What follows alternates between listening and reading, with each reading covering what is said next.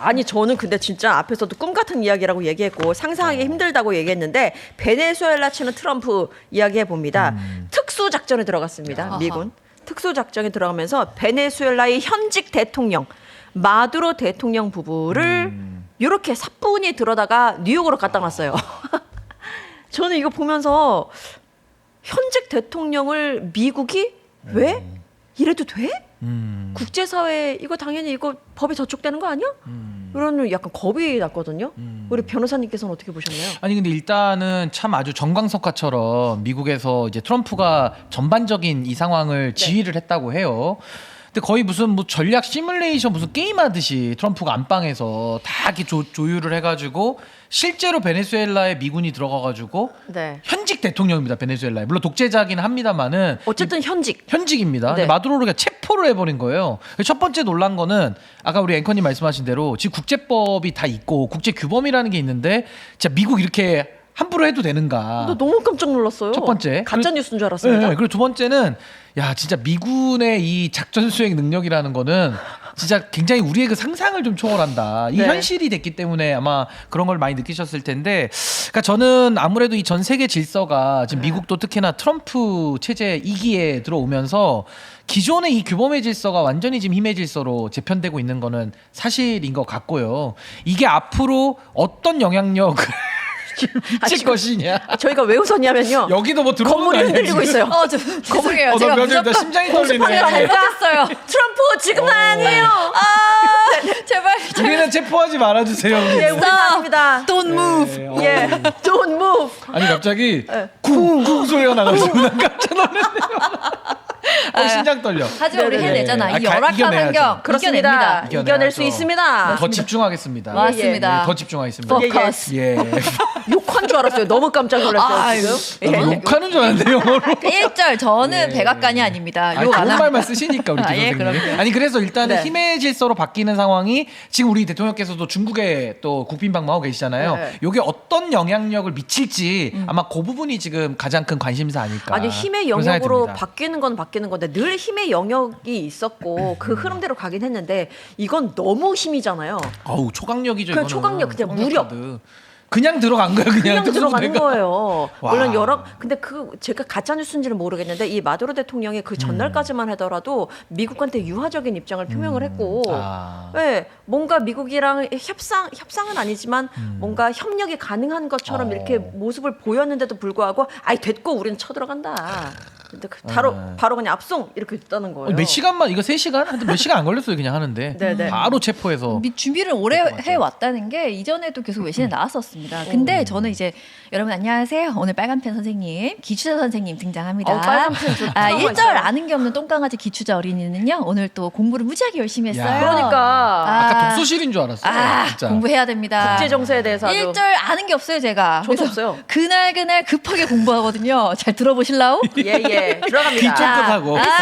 리슨. 자, 여러분들 보면은 베네수엘라가 딱 있어. 근데 우리가 거기서 봤던 수리남 있잖아요. 네. 수리남이 딱 있어. 그 사이에 가이아나라는 나라가 있더군요. 가이아나. 나 1절 몰랐지. 가이아나라는 나라가 있더라고. 아까 가이아나 얘기하는데 저 못 알아들었습니다. 이거 공부도 급하게 했잖아. 여러분들 혹시 들어보셨나요? 가이아나? 그런 가이아나? 나라가 있더라고. 네. 근데 거기에 어떤 지역이 있냐면 에세키보? 이게 욕인 줄 알았네. 애 뭐야? 조심해라 진짜.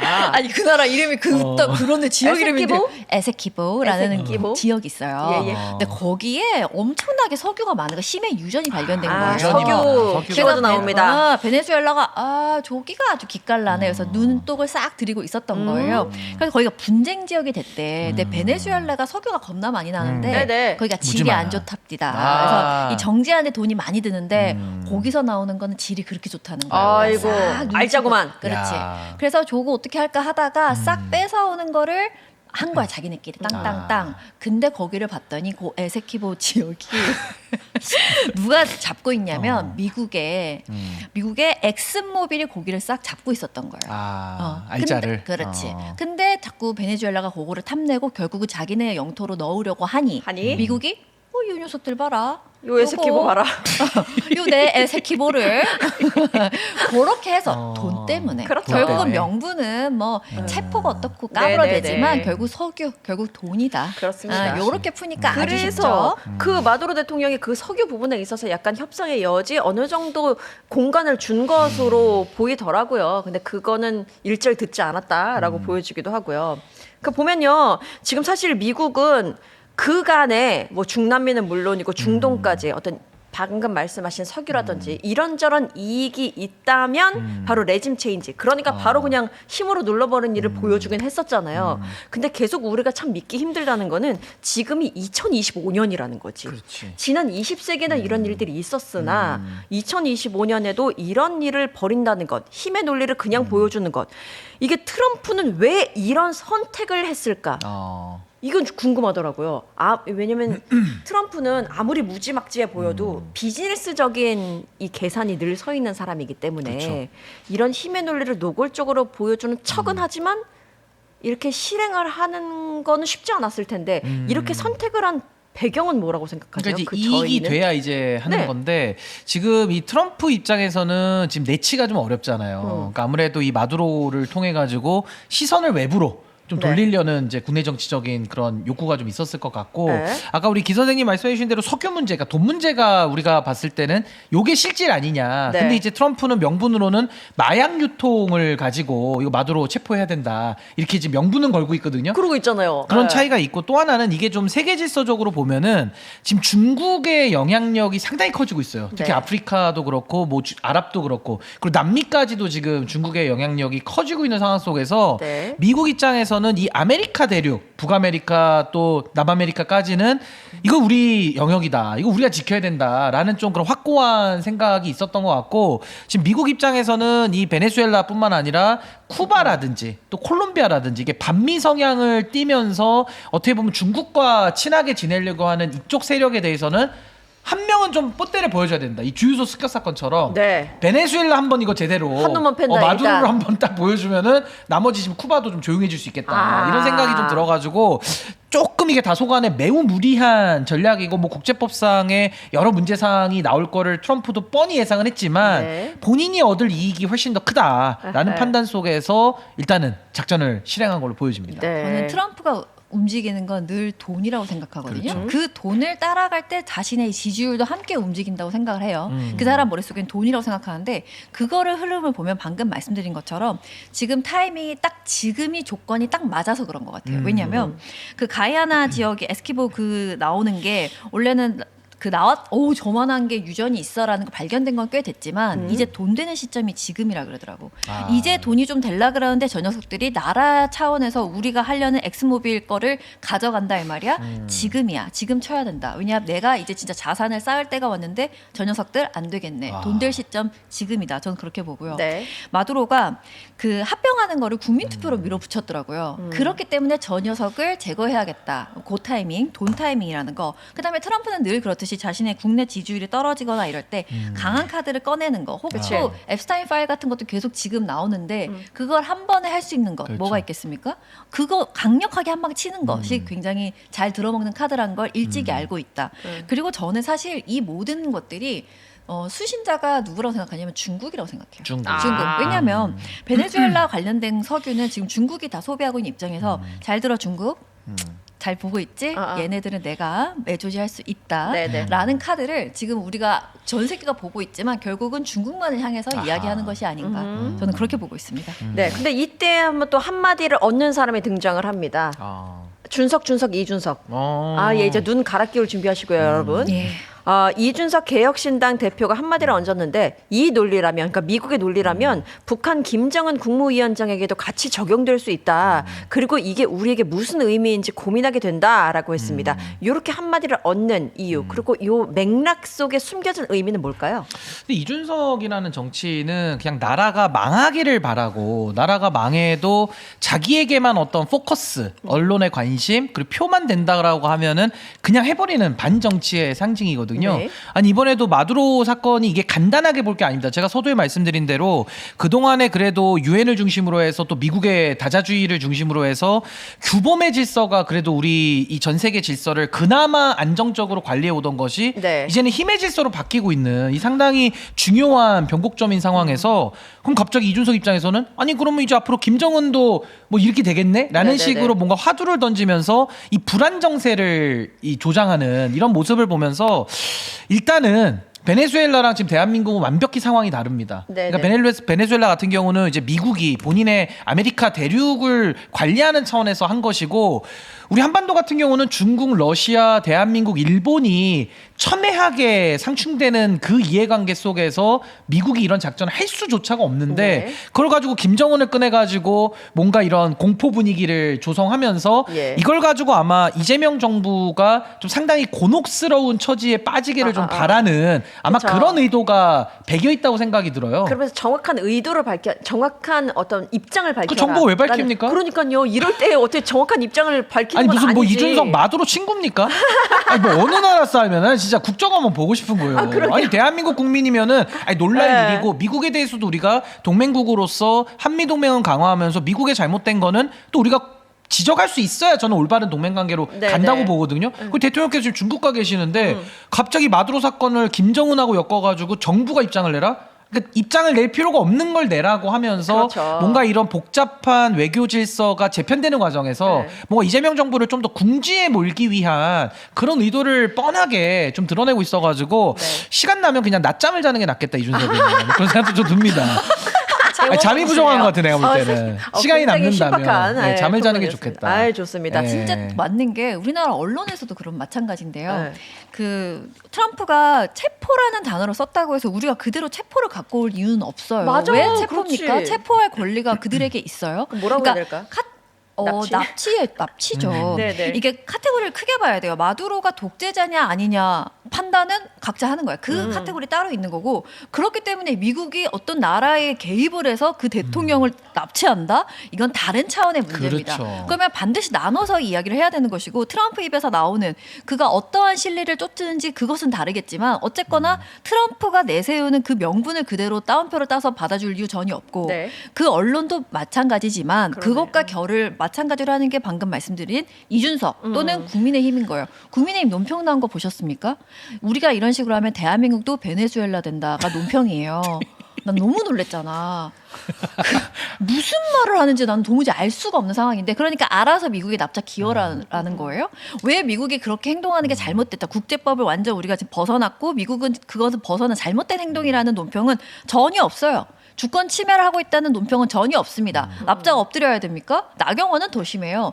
그런 양반들이 입 달렸다고 다 떠들어대고 있는 거를 그렇게 다 받아 써주는 거 아주 문제라 이 말입니다. 그거는 뭐와 다를 바가 없냐면 뭐 깜짝 놀래 백악관에 네네. FAFO 올라온 거 아시죠? 그게 우리말로 난 너무 웃긴 게 FAFO? FAFO가 올라왔어요. 그게 F가 맨 앞에 F는 욕이에요.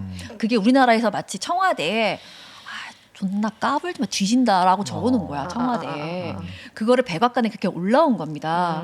그런 식으로 진짜 힘이 있다고 해서 조롱을 해버리잖아요. 그리고 그게 공식적인 것에 올라올 만한 이야기예요. 욕설이 이준석이라는 사람은 힘을 가지면 그것과 다를 바 없이 행동할 것이다. 네. 저는 그렇게 봅니다. 아니 그러니까 이제 국제 분쟁이 많죠. 근데 대한민국은 어떻게 보면 국제 평화를 또 우리가 지향하는 부분도 분명히 있고 또 이제 세계 질서 속에서 우리가 이제 중견국으로서는 중추 국가가 됐기 때문에 이제 선도적인 역할들도 할 필요가 분명히 있어요. 근데 그것과 모든 사안에 대해 가지고 우리가 다 입장을 내면서 감나라 배나라 할 수는 또 없는 거거든요. 그게 우리나라 국민을 위하는 게 아니기도 그러니까 하고. 국익에 네. 도움이 되는 것만 하는 그렇죠, 거예요. 그러니까 그렇죠. 그게 이제 세계 질서 속에서 하는 거고 우리가 미국을 당연히 비판도 합니다만은 이게 또 국제법은 또 힘의 질서기 때문에 힘으로 한 거를 지금 미국에 대해서 아무 말도 다들 못 하고 있잖아요. 네. 그러니까 이건 엄연한 또 국제 질서의 힘이라는 부분도 분명히 작용을 하는 거라서 네. 저는 우리 정부를 더 곤경에 모는 역할을 야당 대표라는 사람이 이렇게 한다는 건 좀 네. 부끄러움을 저는 알아야 된다고 보고 같은 이준석이가 제가 한 말씀만 더 드리면 최근에 국민의힘에서 이해운 제명당했잖아요. 네네. 그러니까 이준석 의원이 이런 얘기를 하더라고요. 아니 국민의힘은 좀 반성을 해야 된다. 이해운이 왜 그렇게 떠나는지 본인 본인을 돌아보라 이렇게 얘기를 하더라고요. 그렇게 얘기했었어요. 네. 그랬더니 그거를 저도 어디 라디오 갔더니 저보고 어. 이준석 의원의 발언에 대해서 어떻게 생각하냐는 거예요. 그래서 바로 얘기를 했죠. 뭐라고요? 아니 국민의힘이 반성하기에 앞서서 이준석 의원 본인이 먼저 반성을 좀 해야 되지 않냐. 같이 했던 사람 이낙연 떠나갔죠. 허은하 떠나갔죠. 김용남 떠나갔죠. 남은 사람이 없는데 지금. 양양자 떠나갔죠. 최근에 뭐 구영모까지 떠나갔지.